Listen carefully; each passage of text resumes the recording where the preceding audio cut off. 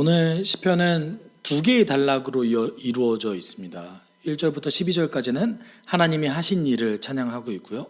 그리고 13절부터 20절까지는 이제 그 시점이 본인에게로, 시인 자신에게로 와서 하나님께 번제물과 서원제물을 드리는 본인에게 초점을 맞추시고 있는 거죠.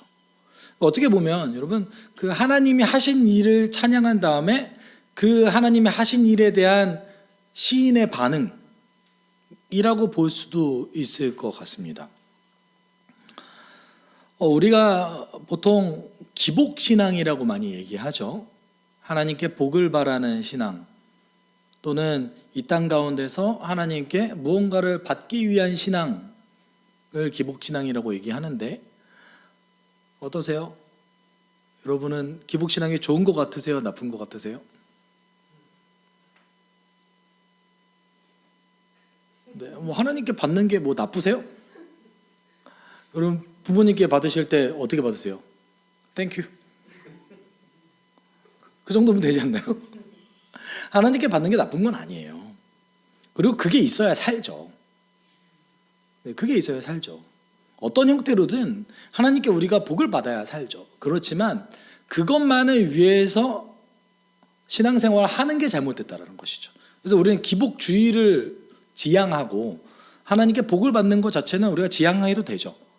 다만 오늘 시인은 하나님께 충분히 복을 받았습니다. 복을 받고 그다음에 하나님께 감사의 제물도 올렸어요. 그런데 그 감사의 제물이 좀 특이합니다. 그리고 오늘 시인이 얘기하고 있는 하나님을 향한 그 노래들도 정말 굉장히 넓은 바운더리에서 하나님을 찬양한 다음에 좁아지고 있어요. 그리고 그 좁아진 하나님을 향한 그 일들이 이제 온 세계를 운행하시는 하나님, 이스라엘 백성들을 구원하시는 하나님, 나를 인도하시는 하나님, 그 다음에 뭘 얘기하죠? 그 다음에 자신의 반응을 얘기하고 있습니다. 여러분, 우리가 굉장히 거대 담론들을 교회에서 대부분 잘 얘기 안 하는 편인데, 때때로는 거대 담론들도 얘기해야 되죠. 사회 정의. 네, 저는 AI 부분도 충분히 얘기해야 된다고 생각하는 사람입니다. 그리고 앞으로 미래가 어떻게 변화될 것인가? 과연 온라인 교회는 효과적인가? 그런 생각 안 해보셨어요? 아주 좋은 설교 듣고 내가 여기서 예배 드리면 되지 라고 생각 안 해보셨나요?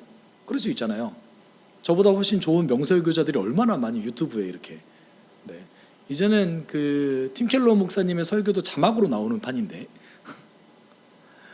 얼마나 좋습니까?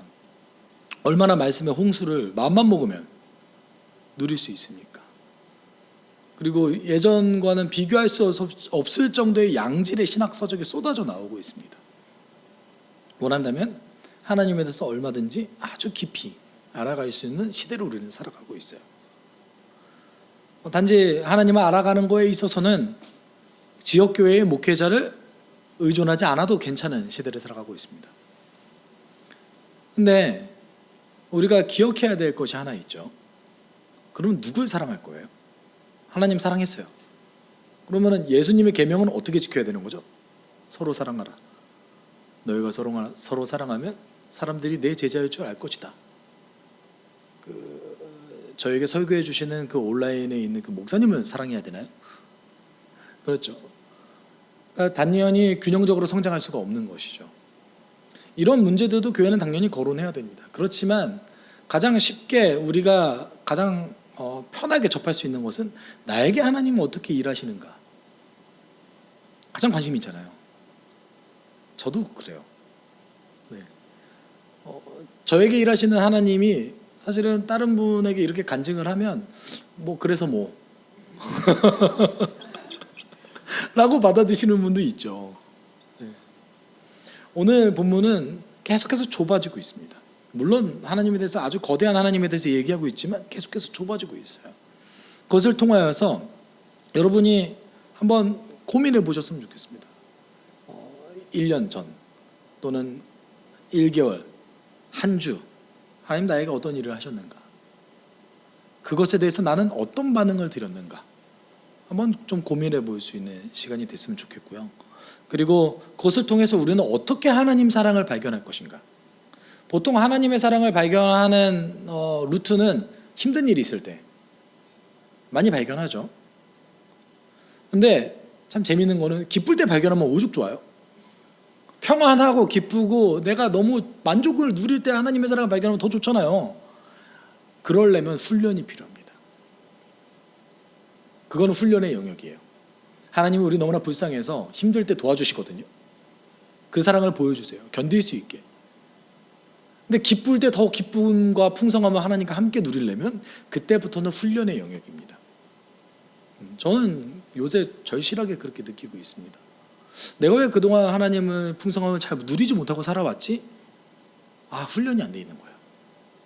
가만히 있는데 하나님의 사랑을 느낄 수 있어야 되는 거죠. 하나님은 언제나 나와 함께 하시니까. 말씀을 통해서, 기도를 통해서. 우리가 그 훈련이 안 돼 있는 거예요. 오늘 시인은 그런 것도 역시 고백합니다.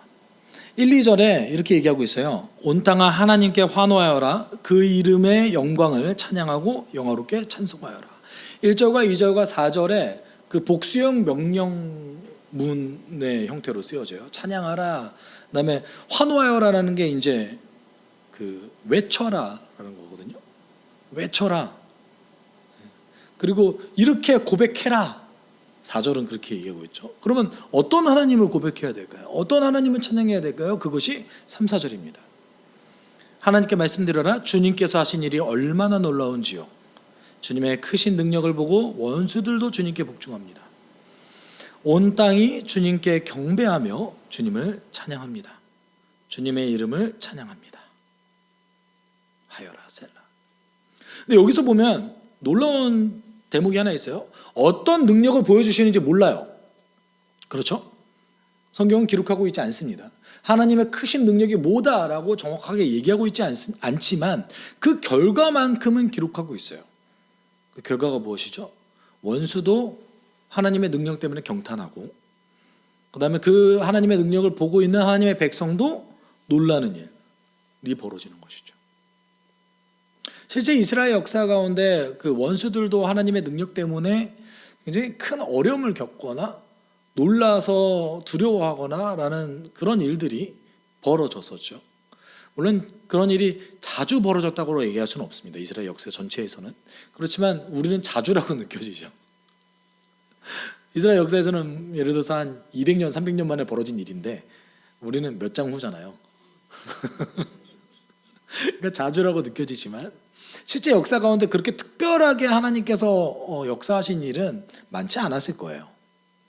그러니까 이스라엘 백성들이 잊어버리죠. 그런데 오늘 시인이 고백하고 있는 건 무엇입니까? 어쨌든 하나님이 큰 능력을 행하실 때는 하나님이 믿던지 믿지 않던지 다 놀라워한다 라는 것이죠. 그리고 그 하나님은 반드시 찬양해야 된다 라고 얘기합니다. 그러면서 5절에 이렇게 얘기해요. 우리 같이 읽어볼까요? 시작. 오너라 와서 하나님께서 하신 일을 보아라. 사람들에게 하신 일이 놀랍다. 아주 번역이 잘 됐는데요. 와서 봐라. 여러분 그 와서 봐라라는 게 어떤 뜻인 것 같아요? 와서 봐라. 하나님의 하신 일을 봐라. 이런 뜻이에요. 사실. 어떻게 보실 거예요? 잘 보세요. 와서 봐라. 하나님의 하신 일을 와서 봐라 라고 얘기했을 때 여러분 어떻게 확인하실 겁니까? 어떻게 보실 겁니까? 보이세요? 그러니까 우리가 눈에 보이지 않는 하나님을 와서 보고 느끼는 것은 사실은 하나님께서 나를 향해서 하신 그 일들을 경험해 보라는 뜻과 좀 같습니다. 그 예수께서 제자들을 부를 때 세례자 요한이 예수님을 보고 뭐라고 얘기했냐면 봐라 하나님의 어린 양이다 라고 얘기했어요. 그랬더니 그 얘기를 옆에서 듣고 있었던 세례자 요한의 제자 중에 2명이었던 안드레와 요한이 예수님을 멀뚱히 보더니 예수님 선생님 어디 머물고 계세요? 이렇게 물어봐요. 근데 자기가 정말 묻고 싶은 게 있는데 그걸 못 물어보고 그냥 어디 머물고 계세요? 이렇게 물어봤어요. 그러니까 예수께서 뭐라고 얘기하시냐면 요한복음 1장 39절에 예수께서 그들에게 대답하셨다. 와서 보아라. 그들이 따라가서 예수께서 묵고 계시는 곳을 보고 그날을 그와 함께 지냈다. 예수님과 함께 지낸 거죠. 예수님이 왜 와서 보라고 하셨을까요?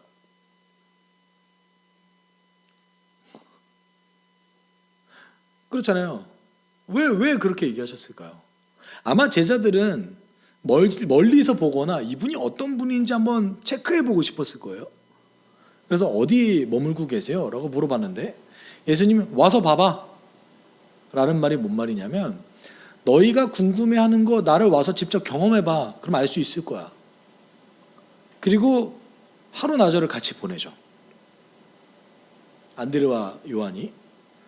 그랬더니 그들의 대답이 놀랍습니다. 와서 예수님은 직접 경험해보고 그와 함께 대화를 나눠보고 그 예수님과 직접 경험해서 대면해봤더니 그들의 고백이 뭐예요?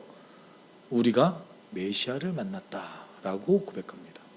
그것도 자신의 형제에게 가서 안드레가 시몬에게 가서 이렇게 얘기한 거죠. 내가 메시아를 만났어. 아니 사실 안드레도 이상한 거 아니에요? 그 하루나절 갔다가 어떻게 알아요? 지금 생각해보면 여러분 어떻게 검증할 거예요? 예수님은 목수였어요. 그리고 아마 못생겼을 거예요. 제 생각에 키도 좀 작았을 것 같아요. 우리가 눈에 보이게 볼 만한 것들이 하나도 없다고 했으니까. 심지어 복음서를 자세히 읽어보면 예수님이 몇 살이셨죠? 30대였잖아요. 30대 초반. 근데 60대와 같다고 얘기를 들으셨어요. 아니 얼마나 노안이면 30대에 60대 같습니까? 정말 가족 부양하기 위해서 정말 고생하셨던 분이에요. 그분을 만나서 대화를 나눴더니 안드레와 요한이 뭐라고 얘기해요? 내가 메시아를 만났어. 그러니까 성경에서 와서 보라라는 의미는 경험해 보라는 거예요. 경험해 보라는 거죠. 오늘 시인은 하나님을 경험해 봐라. 너가 하나님이 하신 일이 얼마나 위대한지를 한번 봐야 된다 라고 얘기하고 있죠. 그렇게 아주 강력하게 권고하고 있습니다. 그럼 어떤 일을 봐야 됩니까? 근데 그 봐야 되는 일이 너무 허무맹랑한 일들이에요. 6절 같이 읽어볼까요? 시작. 하나님이 바다를 육지로 바꾸셨으므로 사람들은 걸어서 바다를 건넜다. 거기에서 우리는 주님께서 하신 일을 보고 기뻐하였다. 이거 어떻게 봐요? 어떻게 보셔야 됩니까? 바다를 육지로 바꾸신 거를 세상에 어떻게 봐요? 이스라엘 백성도 딱 한 번밖에 못 봤잖아요. 지금 시인이 하고자 하는 말이 무엇입니까? 하나님을 와서 경험해라. 근데 바다를 육지로 바꾸시는 그분, 그러니까 본인의 이스라엘의 그 역사, 아주 놀라운 역사를 얘기하고 있는 거죠. 홍해바다의 역사를 얘기하고 있는 거예요. 그 홍해바다 역사를 얘기하면서 사실은 이스라엘이 홍해바다를 거론했다라는 거는요, 그 안에 뭐를 내포하고 있냐면 멸망을 향해서 걸어가고 있는 그 민족, 이제 곧 있으면은 이집트의 손에 언제 멸망할지 모르는 그 노예의 삶을 살아가고 있는 그 민족을 찾아오셔서 그 민족과 함께 언약을 맺으시고 구해주셨던 그 하나님의 놀라움을 얘기하고 있는 거예요. 그걸 개인에게 적용해보면 어떻겠습니까? 너를 구원하셨던 하나님 그 놀라움을 경험해봐라, 이런 뜻인 거죠. 그 시편에서 그리고 구약에서 출애굽의 역사를 얘기한다는 거는요, 잘 생각해 보세요. 여러분, 이제 2살 미만의 남자아이를 파라오의 명령에 의해서 자신 스스로 죽여야 했던 그 비참함, 아주 연약했던 그 민족, 그 비참한 민족에게 나타나셔서 하나님의 위대한 뜻을 보여주셨던 그 구원의 역사를 얘기하고 있는 것이죠. 그 하나님을 보고 경험해라 이거예요. 여러분, 그 출애굽기 14장 15장에 보면 홍해바다 사건이 등장하죠. 그 다음에 홍해바다 사건을 경험한 백성들이 여러분 뭘 했습니까? 그 찬양 혹시 아세요? 내가 주 찬송하리 높고 영화로운 주. 네, 기뻐하며. 네, 모르실 수 있죠. 네, 네. 나는 자유야라는 찬양인데 그 찬양이 이제 출애굽기 15장을 모토로 만들어진 찬양이죠. 그 모세와 미리암의 찬양들 얼마나 기뻤으면 출애굽기 15장 전체가 찬양이에요.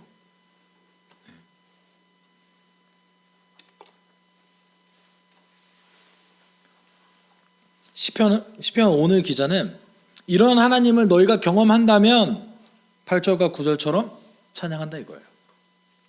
8절 9절 같이 읽어볼까요? 백성아 우리의 하나님을 찬양하여라. 그분을 찬양하는 노랫소리 크게 울려 퍼지게 하여라.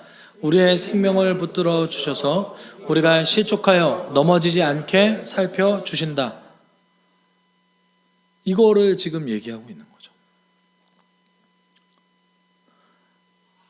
민족을 향해서 구원을 베푸셔서 그 하나님의 그 능력을 너 개인이 경험해봐라 이거예요. 그 하나님 어떻게 해주신대요?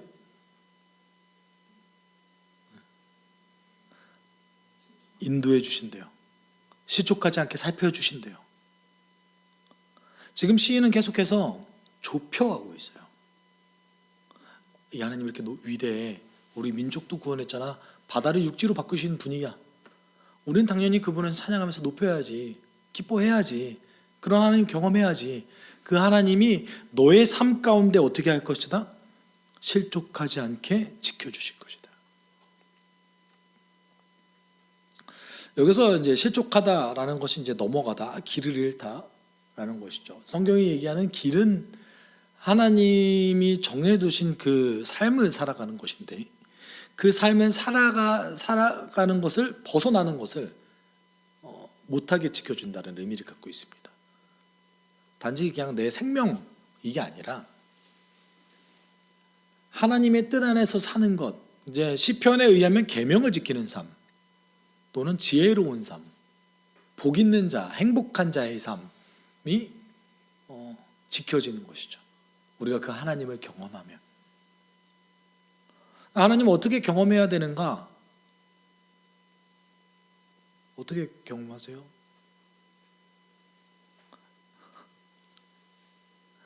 사람마다 너무 다르지 않아요? 그렇죠? 근데 오늘 시인의 태도 속에서 뒤에 이제 나오는데, 뒤에 나오는 태도 속에서 시인이 가지고 있었던 포인트가 있습니다. 시인이 가지고 있었던 포인트는 악한 마음이 없이 순수하게 하나님을 그리는 거였어요. 자신의 이득을 위해서 하나님을 찾는 게 아니었어요. 자기 중심적으로 하나님을 찾지 않고 하나님 중심으로 하나님을 찾는 것. 그것이 오늘 시인의 비결이었습니다. 그리고 이제 이 놀라운 하나님을 찬양하잖아요. 이제 시점이 본인에게로 바뀌어요. 13, 14절에 내가 번제를 드리러 주님의 집으로 왔습니다. 이제 내가 주님께 서원제를 드립니다. 이 서원은 내가 고난받고 있을 때에 이 입술을 열어서 이 입으로 주님께 아뢰는 것입니다. 여러분, 그 성전에 가서 뭘 드린대요? 번제를 드린대요. 그리고 서원제물을 드린대요. 근데 이 서원이 언제 드린 거래요? 고난받고 있을 때에 하나님께 아뢰는 서원이래요. 대표적인 인물이 야곱이죠. 야곱이 자신의 이제 굉장히 큰 인생의 위기 속에서 하나님을 붙잡고 매달리죠. 하나님께 뭐라고 그럽니까? 하나님, 제가 살아서 갈 수만 있다면 당신께 11조 드릴 거고요. 지금 이 자리에 제가 제단을 쌓을 거고요. 그리고 하나님이 나의 하나님이 될 겁니다. 아주 건방져요. 지가 뭐라고? 안 그래요? 여러분, 아주 건방지잖아요. 솔직히 말하면 제가 그 말을 듣고 있으면 저 같은 성격이었으면 뭐야 저거. 야, 네가 지금 위기가 처한 게 너 때문이잖아. 너가 욕심내서 지금 그런 일이 일어났잖아. 근데 왜 나한테 해달라고 그래? 저였으면 그랬을 거예요. 그렇죠? 근데 우리 하나님은 그러지 않으셨어요. 우리 하나님은 달랐어요. 야곱의 기도를 들어주셨어요. 저였으면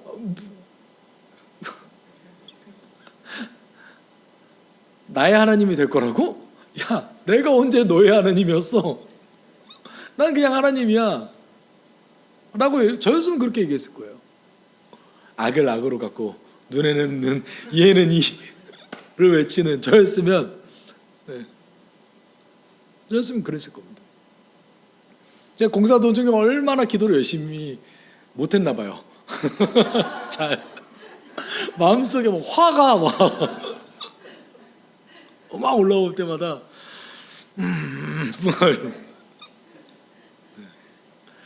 네, 아직까지 소리 지른 적 없습니다. 다행히. 네, 전화 끊고 소리 지르요. 아! 그렇게. 우리 하나님이 야곱이 한 서원을 들어주셨죠. 오늘 이제 시인이 고난 중에 서원을 했대요. 그래서 그 서원 제물을 하나님께 드리러 성전으로 왔대요. 뭔가 해결됐나 봐요. 뭐가 해결되는지는 모르겠어요. 적어도 지금은 고난받지 않는다라는 의미를 갖고 있습니다. 왜냐하면 철저하게 과거법으로 쓰여졌거든요. 현재 완료로 쓰여지지도 않고 그냥 과거법으로 쓰여졌어요. 과거에 내가 고난받았을 때에 이 서원을 드렸던 것 지금 지킵니다. 적어도 이제 서원의 제물을 드린다면 이루어졌다는 얘기인 거죠. 근데 여러분 보통 하나님께 서원할 때 고난받고 있을 때, 어려운 일이 있을 때 하나님께 서원하면 어떻게 서원하십니까? 제가 여러 가지 서원을 이제 많이 들었는데, 이제 대표적인 서원이 나는 못하면서 자신의 아들을 저당 잡는, 내가 하나님의 종으로 살아가는 게 아니라 하나님 제 아들을 종으로 목회자로 서원하겠습니다. 네, 이렇게 이 서원도 있고요. 그리고 이제 제가 입시를 치르는 친구들에게 많이 발견하는데, 제가 저 대학 붙으면 하나님 잘 섬길게요. 그런 애 중에 제대로 섬기는 애 본 적이 없어요. 왜 안 지키는지 모르겠어. 네, 이런 소원도 있고요. 네, 오늘 시인에게 고난이 어떤 식으로 해결되는지 아무도 몰라요. 지금 고난받지 않았다는 얘기인 거지, 자신이 생각했던 최악의 결말을 맞았을 수도 있는 거예요. 예를 들어서 욥이 하나님께 서원을 했어요. 예를 들어서 욥의 성품을 가진 사람이 하나님께 서원을 했을 때, 욥이 결과가 안 좋다고 할지라도 자신이 서원한 거 안 지킬까요? 나중에 그 고난이 지나가고 난 다음에는 지킬 거예요. 지킬 거라고요. 설사 예를 들어서 다윗 같은 경우도 자신의 문제 때문에 자신의 아들이 죽음의 위기에 처했을 때 식음을 전폐하고 하나님께 기도하죠. 금식하죠. 아마 그때도 다윗도 서원을 많이 했을 것 같아요. 하나님, 제 아들을 살려주신다면 제가 이런 거 할게요. 했을 겁니다. 근데 하나님이 그 아들을 죽이셨죠. 그 아들이 무슨 죄가 있다고? 그때 다윗의 태도가 무엇이었습니까? 깔끔하게 다시 정죄한 다음에 하나님께 제사를 드리죠. 여러분, 결과와 상관없이 오늘 시인은 어쨌든 고난의 시기는 지나갔고, 그리고 자신이 고난의 시기에 서원했던 것을 드리러 성전에 왔대요. 그런데 그 성전에 드리는 제물이 어마어마합니다. 내가 순양의 향기와 함께 살찐 번제물을 가지고 주님께로 나옵니다. 순염소와 함께 숫소를 드립니다. 셀라. 그럼 뭘 드리는 거예요? 순양, 순염소, 숫소. 부자인가 봐요. 부자던가 자신의 전 재산을 드리던가. 왜 이렇게까지 자신의 서원 제물을 드릴까요? 그것이 이제 17절에서 19절까지 나오는 거죠. 이렇게까지 하는 이유는 내가 주님께 도와달라고 내 입으로 부르짖었다. 내 혀로 주님을 찬양하였다. 내가 마음속으로 악한 생각을 품었더라면 주님께서 나에게 응답하지 않으셨을 것이다. 그러나 하나님은 나에게 응답하여 주시고 나의 기도 소리에 귀를 기울여 주셨다. 결과를 몰라요. 어떤 일이 벌어지는지도 모릅니다. 다만 이 시인이 가지고 있었던 태도는 무엇입니까? 이 고난을 견딜 힘을 얻게 된 이유는 무엇이다? 하나님 때문이다. 내가 이 고난을 아주 잘 지나갈 수 있었던 것, 잘 지나갈 수 있지 아무도 모릅니다. 아주 평탄하게 지나갔을 수도 있고 안 그랬을 수도 있습니다. 그렇지만 그 고난의 시기를 지나갈 수 있었던 이유는 무엇이다? 하나님 때문이다.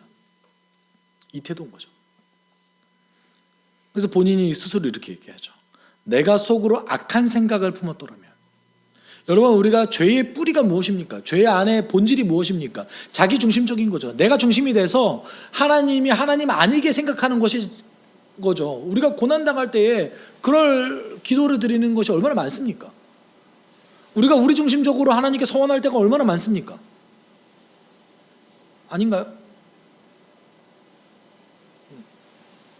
너무 많아요.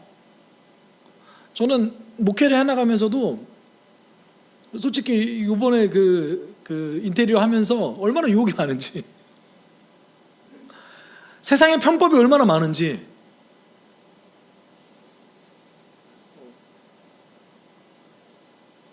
악한 방법으로 하나님께 돈을 들여봤자 그것이 무슨 은혜가 있겠어요. 근데 얼마나 우리가 흔들립니까?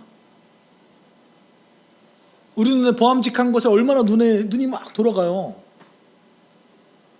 그리고 그렇게 기도해서 받으면 하나님이 주신 거라고 착각하고. 근데 오늘 시인이 뭐라고 얘기해요? 악한 생각을 품지 않고 하나님께 기도했대요. 다른 얘기로 하면 내 이득을 위해서 구하지 않았다라는 의미를 가지고 있을 겁니다. 너희는 먼저 그의 나라와 의를 구하라. 이 시인이 그렇게 기도한 것이죠. 그렇게 기도한 사람이 어떻게 느끼는 겁니까? 그 고난 가운데, 어려운 가운데 하나님 때문에 내가 견뎠습니다 라고 얘기할 수 있는 것이죠. 그런 태도를 가진 사람만이 이렇게 얘기할 수 있죠. 내 기도를 물리치지 않으시고 한결같은 사랑을 나에게 거두지 않으시는 하나님, 찬양 받으십시오. 우리가 하나님의 사랑을 어떻게 발견할 수 있습니까? 여러분, 우리가 우리 중심적으로 세상을 살아갈 때 하나님의 사랑을 절대 발견할 수 없습니다. 왜냐하면 내 안에 있는 수많은 욕망들은, 내가 부인해야 될 것들, 옛 것들은 나를 하나님과 멀어지게 하거든요. 하나님을 찾지 못하게 만들거든요. 하나님의 사랑이 마치 하나님께서 나에게 지금 허락하신 수많은 것들이라고 생각하거든요. 우리 재물 드릴 때 솔직히 하나님께 헌금 드리죠. 여러분 11조로 하나님께 나아가서 헌금을 드립니다. 그러면 우리가 10분의 9를 받는 겁니까? 아니면 하나님께 10분의 1을 드리는 겁니까? 내 인생이 하나님 건데, 우리의 모든 것이 하나님 건데 우리는 하나님께 드린다라고 착각하죠. 그런 마음으로 하나님께 드릴 때 하나님 뭐라고 생각하시겠어요? 야, 저것도 네가 뭔데 나한테 드려? 내가 허락한 거지. 네 인생도 내가 허락했고, 네 재물도 내가 허락했고, 너의 믿음도 내가 허락했는데 마치 뭐 대단한 것처럼 이렇게 가져와. 우리는 모든 헌신과 모든 신앙생활 가운데 이 자기 중심성 죄를 벗어버려야 돼요. 그랬을 때 하나님의 사랑을 발견할 수 있습니다. 사랑하는 여러분, 우리의 오늘의 하루는 하나님께서 우리를 사랑하신다는 그 사실을 발견할 수 있는 아주 소중한 날입니다. 그러기 위해서 우리에게 필요한 것이 무엇입니까? 여러분, 악한 마음을 버려버리고 하나님께 내 중심을 가지고, 어떤 중심을 가지고 가는 겁니까? 그의 나라와 의를 위해서 구합니다. 내가 지금 고난 가운데 있다 할지라도 나의 악함을 벗어버리고 하나님께 나의 것을 가지고 갑니다. 내 이득을 위해서 구하지 않겠습니다. 내가 만족함을 주십시오. 우리에게 필요한 것이 이것입니다. 여러분, 기도할 때 우리를 흔드는 것들이 얼마나 많습니까? 세상에 하나님, 내 중심으로 구하지 않게 도와주세요. 하나님 주신 마음으로 하나님께 나아가 기도하게 우리 인도해 주십시오. 우리가 지금 이 순간 함께 기도했으면 좋겠습니다.